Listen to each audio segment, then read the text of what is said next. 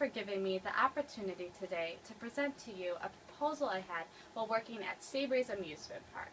Now, you know the logo, and I know the logo.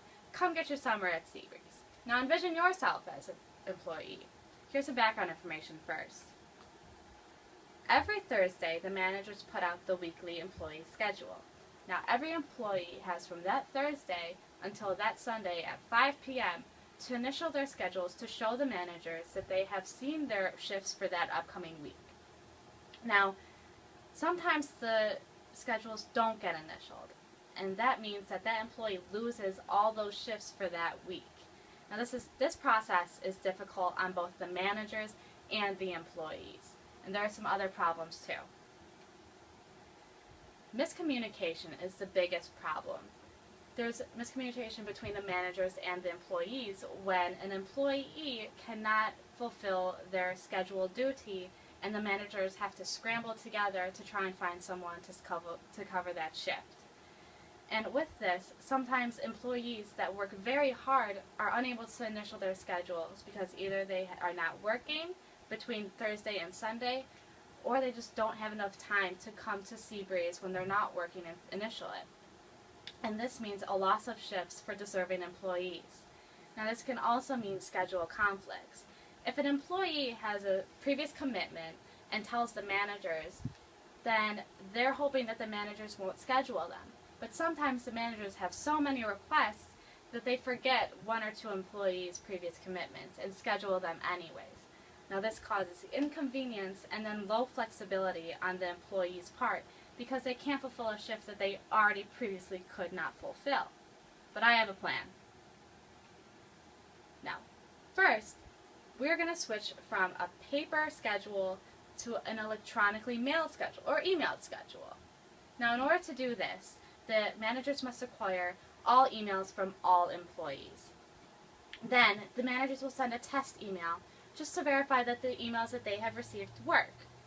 Then, the next step is that the managers will send out the very first emailed schedule, but they'll still keep the paper schedule posted just to ease transition and to make it more comfortable on the employees.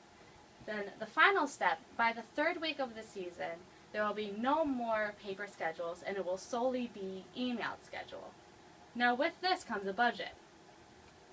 However, this budget saves the park money instead of costing them money, which is great.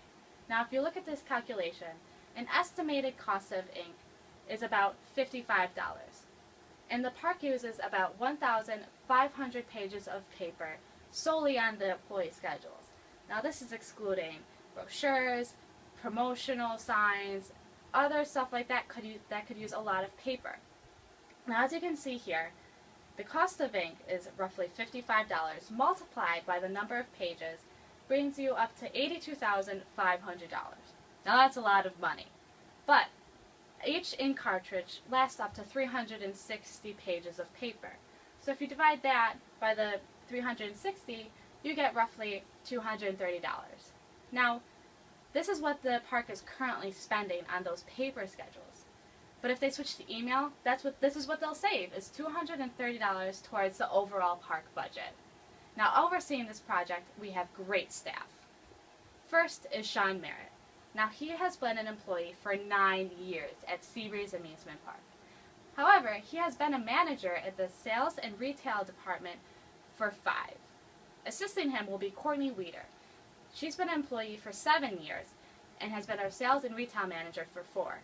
Now, both are equally equipped to oversee this project and make sure it is executed perfectly. Now, with this comes a schedule. On May 10th of next season, the employees will hand all of their emails to the managers. Then, on the next week, on May 17th, these managers will email a test schedule to verify that the employee emails work. Then, the following week, on May 29th, the managers will email the schedule as well as post the paper schedule, again, just to ease the transition. And finally, on June 6th, it will solely become emailed schedule. Now look at this little sample of the emailed schedule. This is my name, and this will be my sample schedule. As you can see, I am working Monday, Tuesday, Thursday, and Saturday.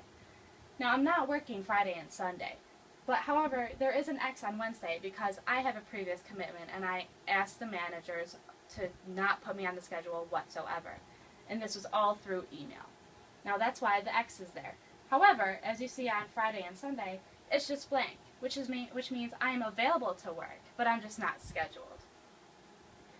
So finally, this process will allow an improved communication between managers and employees, decrease schedule conflict, and then save the park money. Now, are there any questions? Yes, you. Yes. I was just wondering what made you want to research this topic.